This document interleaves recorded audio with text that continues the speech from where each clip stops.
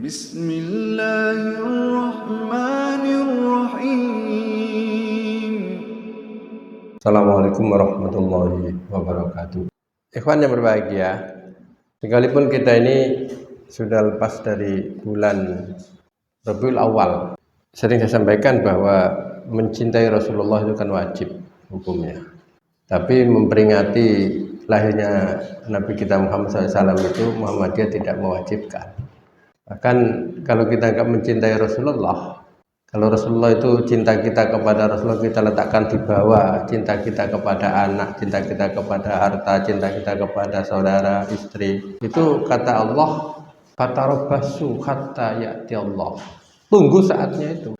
Maka Rasulullah SAW itu wajib kita cintai. Di mana ayat Allah Subhanahu wa taala menyatakan di dalam surat At-Taubah misalkan ya, tadi saya nulis Qul in kana aba'ukum wa abna'ukum wa ikhwanukum wa azwajukum wa ashiratukum wa amwalun iktaraftumuha wa tijaratun takhshawna kasadaha wa masakin tardawnaha ahabba ilaikum min Allah wa rasul wa jihadin fisabilillah fatarabbasu hatta ya'ti Allahu bi amrih. Katakan Muhammad, jika bapak-bapakmu, anak-anakmu, saudara-saudaramu, istri-istrimu, dan keluargamu, hartamu, perniagaanmu yang kamu takut bangkrut, kemudian tempat tinggalmu itu lebih ahabba ilaikum minallah rasul, itu lebih kamu cintai daripada Allah dan Rasul, bahkan wajihatin fisabilillah, dan jihad di jalan Allah. Apa kata Allah? Fatarabbasu. Tunggu saatnya itu. Kalau Rasul itu kita singkirkan, kalau Rasul itu tidak kita cintai, tunggu saatnya. Hatta ya'ti Allah bi amri, sehingga Allah itu memutuskan sebuah perkara. Jadi mencintai Allah dan mencintai Rasul itu hendaklah kita letakkan di atas segala-galanya. Bahkan di dalam hadis disebutkan ayyakunallahu wa rasul ahabbu ilaihi mimma siwa. Hendaklah Allah dan Rasulnya itu lebih dicintai daripada selainnya. Kemudian bersolawat kepada Nabi, mendoakan Nabi itu menunjukkan apa? Cinta. Dan Allah sendiri sudah menyatakan di dalam Quran itu bahwa nama Nabi itu senantiasa diangkat. Wa rafa'na laka dzikrak. Dan kami angkat penyebutan umat Muhammad. Nabi Muhammad itu senantiasa diangkat penyebutannya saat adzan, saat qomat, saat sholat. Dan seluruh jamaah haji itu juga, seluruh jamaah umroh itu juga tidak lepas daripada penyebutan Nabi kita Muhammad Shallallahu Alaihi Wasallam. Maka kita berusaha, memang yang masih kita harapkan dari Nabi itu diantara adalah syafaatnya itu ya. Nah bagaimana atau kita mencintai Rasulullah, nah nanti akan kita sampaikan dan kita akan awali dulu kenapa sih kita itu mencintai Rasul. Kita mencintai seseorang itu kan karena mesti ada sesuatu sehingga kita itu cinta. Sama dengan kita itu mencintai Rasulullah SAW itu mesti ada sesuatu sehingga Rasulullah itu kita cintai.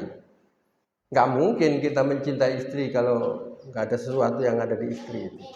Mari kita lihat dari berbagai aspek ya, sehingga kita itu pantas mencintai Rasulullah. Sehingga kita itu pantas, kita itu senantiasa mendoakan Rasulullah. Yang pertama, kita lihat nama saja. Nama Nabi Muhammad SAW itu namanya cukup bagus. Kalau di Quran itu ada dua ya. Muhammadur Rasulullah. Muhammad. Yang satu lagi nama Nabi Muhammad SAW itu adalah ada di surat As-Saff. Wa idza qala Isa ibnu Maryam ya bani Israila inni Rasulullah ilaikum musaddiqan lima baina yadayya minat Taurati wa mubasysyiran bi rasulin ya'ti min ba'di ismuhu Ahmad. Jadi ada dua, satu Muhammad, satunya Ahmad. Dan dua-dua ini artinya bagus, terpuji. Tapi ada hadis lain yang diriwayatkan oleh Bukhari. Itu bilang begini Rasulullah, li khamsatun asma. Saya itu punya 5 nama. Ana Muhammad, saya Muhammad. Wa ana Ahmad, dan saya adalah Ahmad. Kemudian kata Rasulullah, wa ana al-mahi alladhi yamhullah bi al-kufr. Saya adalah al-mahi. Mahi itu menghapus kekufuran lantaran izin Allah Subhanahu wa taala. Di mana zaman Rasulullah SAW berdakwah itu kan kekufuran merajalela itu. Sehingga dengan izin Allah Subhanahu wa taala terhapuslah kekufuran, kesyirikan terhapus. Kemudian wa ana al-khashir alladzi yuksharun nas ala qadami. Saya adalah al-khashir, di mana nanti manusia itu pada hari kiamat akan berkumpul minta syafaat kepadaku. Kemudian yang kelima adalah anak wal akib, al akib. Saya adalah seorang rasul, seorang nabi yang memang terakhir. Jadi ada 5 nama. Dan artinya bagus-bagus semuanya ini artinya. Makanya saya sampaikan bahwa karena Nabi Muhammad SAW itu namanya bagus, sehingga menginstruksikan kepada umatnya kalau memberi nama itu nama yang bagus. Nah, nama yang bagus itu apa yang direkomendasikan Rasulullah ada juga. Abdullah dan Abdur Rahman.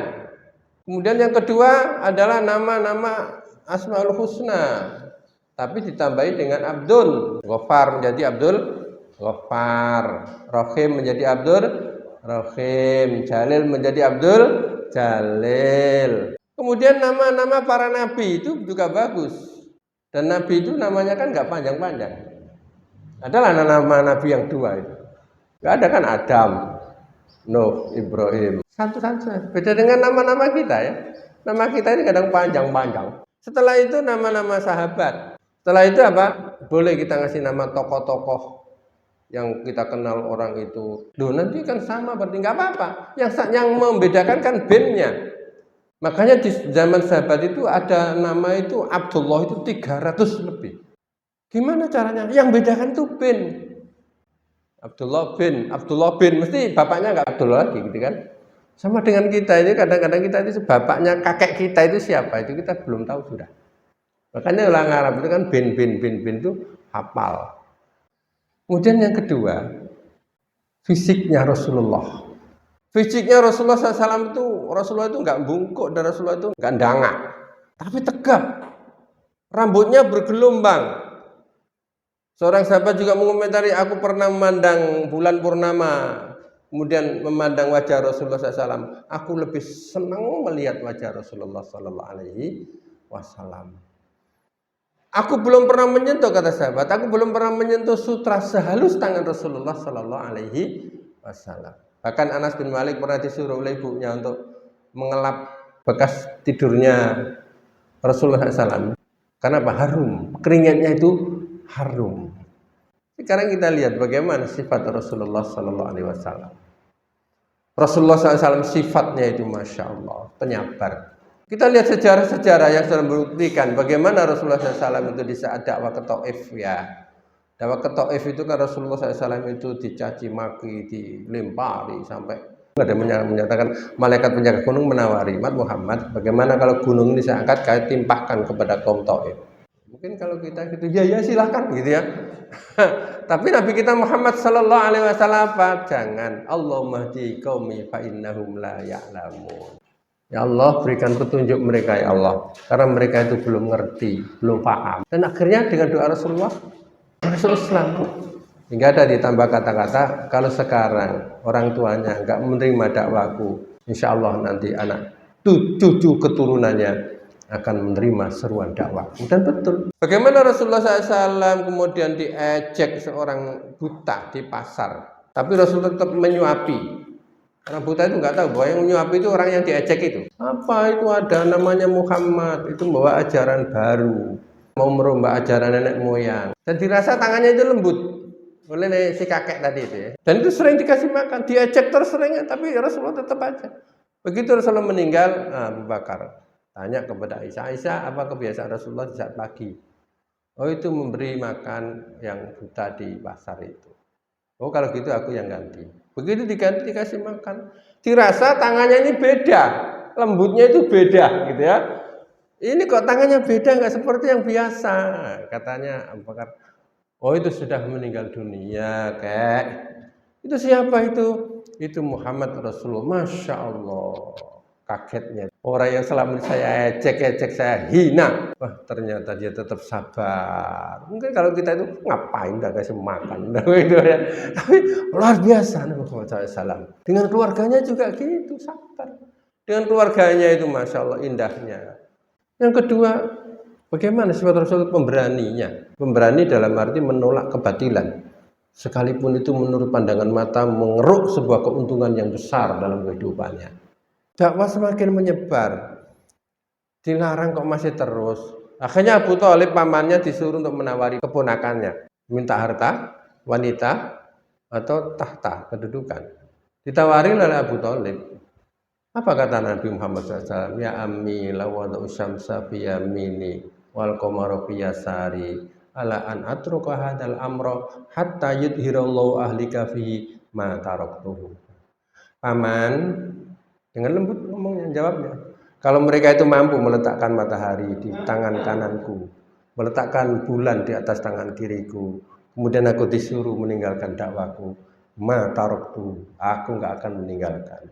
Sampai pun Allah Subhanahu wa taala menjadikan aku gugur di medan pertempuran, atau aku akan mendapatkan kemenangan dalam dakwaku. Nah, kalau sudah disuruh milihkan, wah, ya, minta jabatan, nggak usah masang-masang spanduk.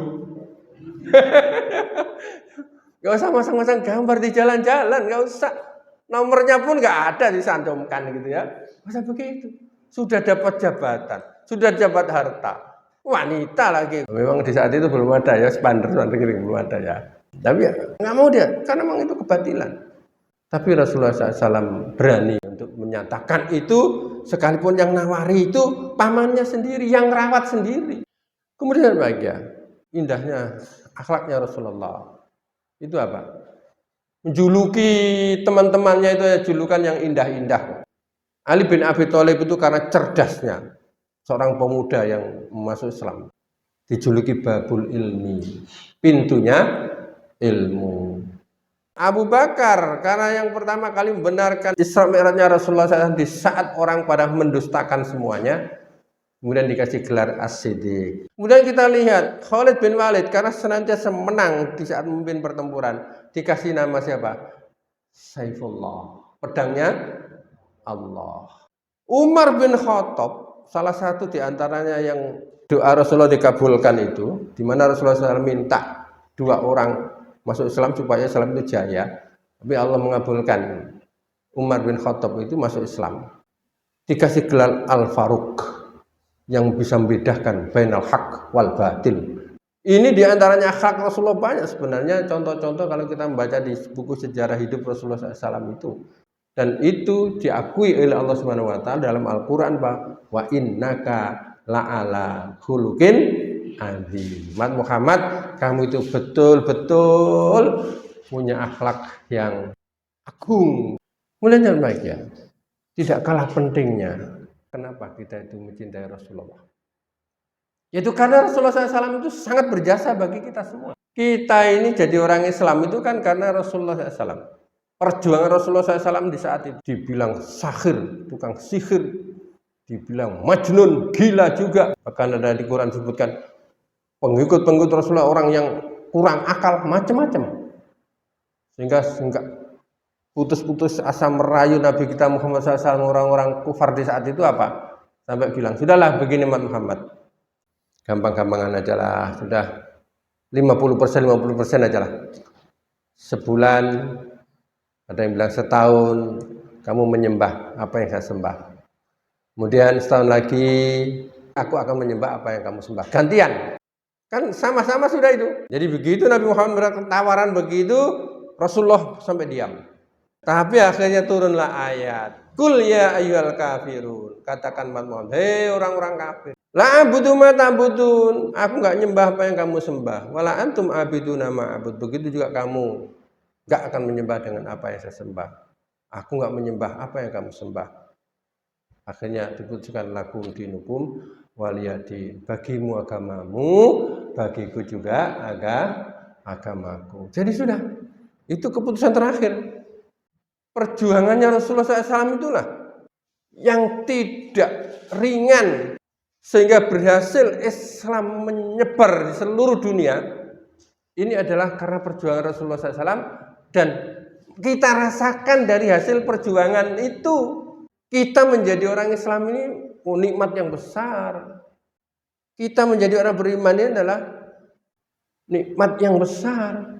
Sehingga sering seorang khotib atau penceramah dengan mukadimah alhamdulillahilladzi an'ama alaina bi nikmatil iman wal Islam. Segala puji bagi Allah yang telah memberikan nikmat yang besar kepada kami, yaitu nikmat iman dan nikmat Islam. Kalau tidak dengan Rasulullah, jadi apa kita tidak tahu. Makanya kita syukuri.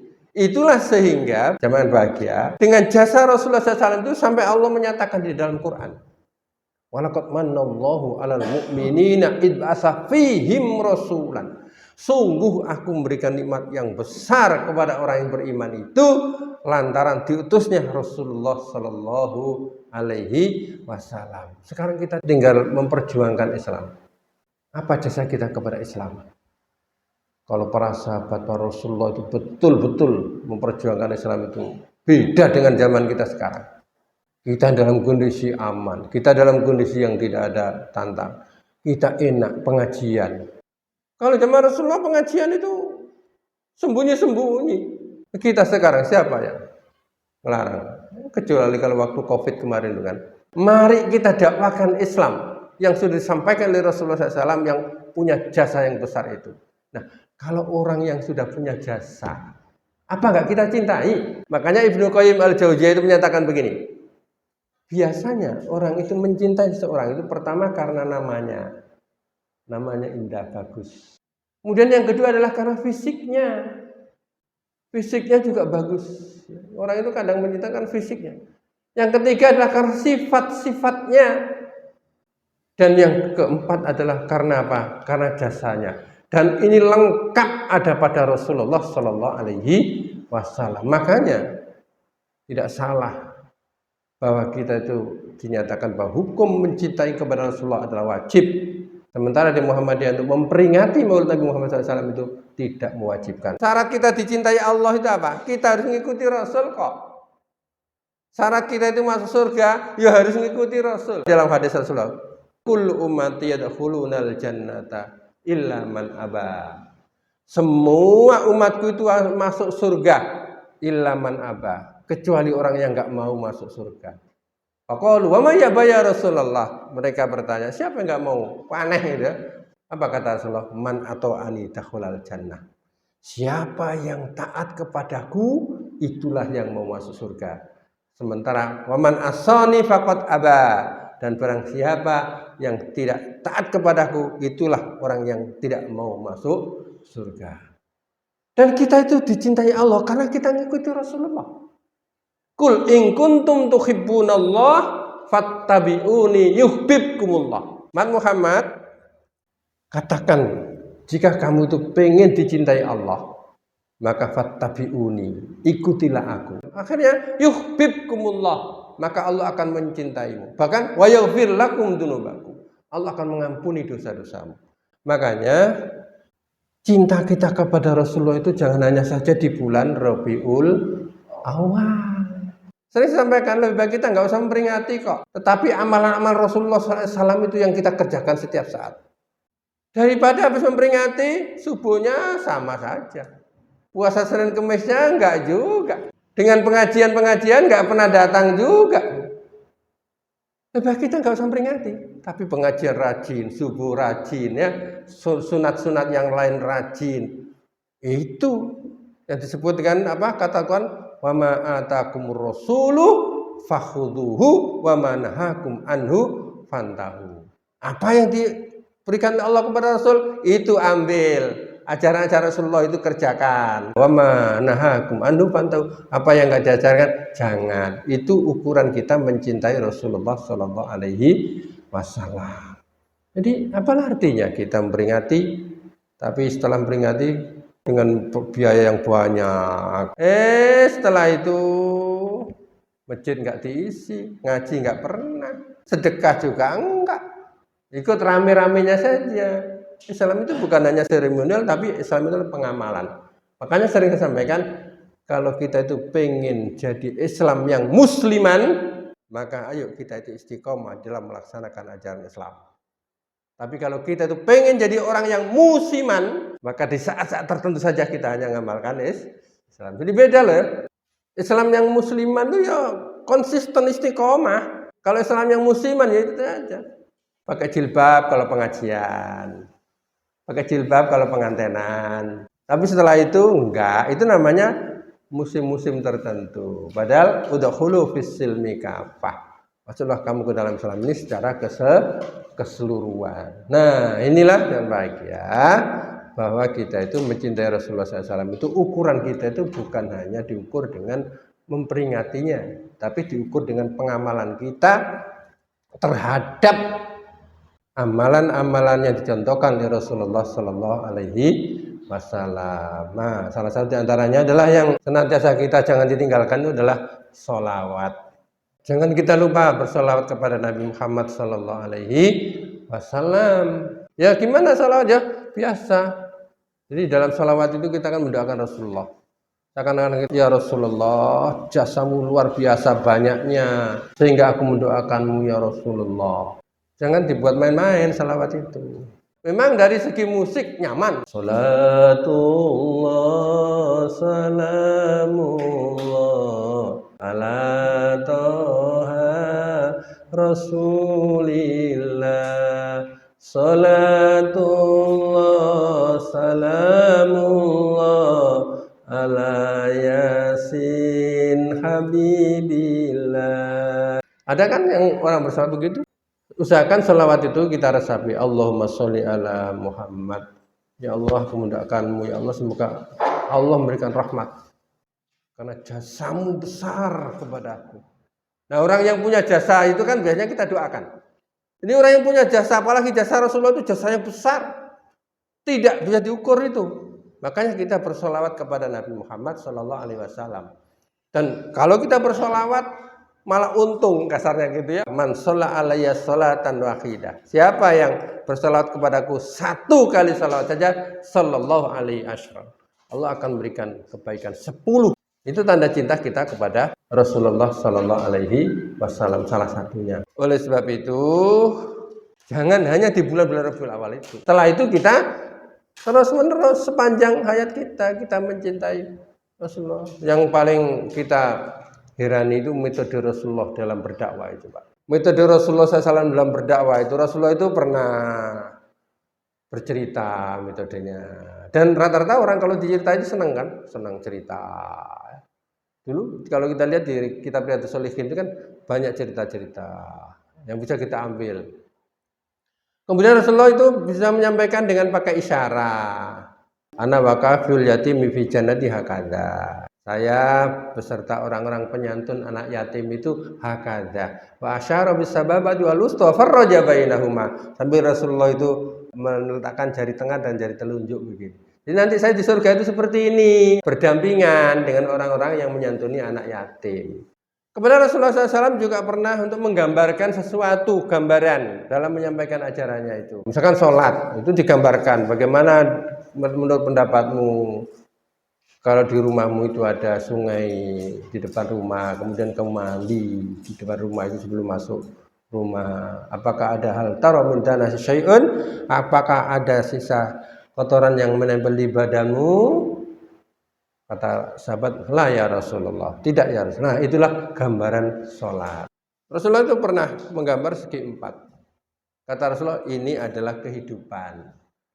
Benar Rasulullah SAW menggaris-garis lurus. Ini adalah cita-cita. Sampai menerjang garis yang kemudian Rasulullah menggambarkan dari garis ini ceretek memutus garis yang ke sana tadi. Apa? Yang memutus tengah-tengah perempatan ini adalah kematian. Maksudnya apa? Kadang-kadang orang itu cita-citanya belum tercapai, sudah diputus oleh kematian. Cita-citanya itu kadang melebihi umurnya. Rasulullah SAW dengan metode tanya jawab juga pernah. Rasulullah melemparkan pertanyaan. Misalkan, hal adullukum ala syai'in idza fa'altum tahabbtum? Maukah kamu aku tunjukkan sesuatu itu bisa menjadikan kamu saling cinta mencintai? Dan jawab sahabat, qalu bala ya Rasulullah. Ya Rasulullah. Dan Rasulullah menjawab, afsus salam bainakum. Tebarkan salam di antara kamu semua. Pernah sahabat bertanya sama pertanyaannya, tapi jawabannya juga beda-beda. Ini hebatnya Rasulullah SAW. Jadi apapun yang diterapkan oleh masing-masing menteri itu sudah pernah diterapkan oleh Rasulullah SAW. Ganti menteri, ganti kebijakan. Ganti menteri, ganti. Dan itu sudah dilakukan oleh Rasulullah SAW. Jadi itulah kenapa kita itu disuruh mencintai Rasulullah SAW. Kita itu sering-sering bersolawat. kepada Nabi Muhammad Sallallahu Alaihi Wasallam. Salawat ya tadi, Allahumma sholli ala Muhammad. Sekalipun kemarin di Masjid Darul Arqam itu sudah sampaikan hasil musyawarah majelis tabligh. Jadi kalau ada yang pakai Sayyidina di luar sholat, nah itu tidak apa-apa. Karena dulu ada istilah kanjeng Nabi, gitu ya. Tapi kalau sudah di sholat itu paten. Sallu kama ra'aitumuni usolli. Karena sekarang ada orang Muhammadiyah yang masih heran kalau ada orang Muhammadiyah, Allahumma sholli ala Sayyidina Muhammad. Wah, apa itu? Nah, gitu kan. Jadi dalam hadis sekarang boleh. Sayyidina itu kan tuanku. Mana Siti itu kan mereka Sayyidati. Jadi Siti Maimunah itu Sayyidati, tuan teman.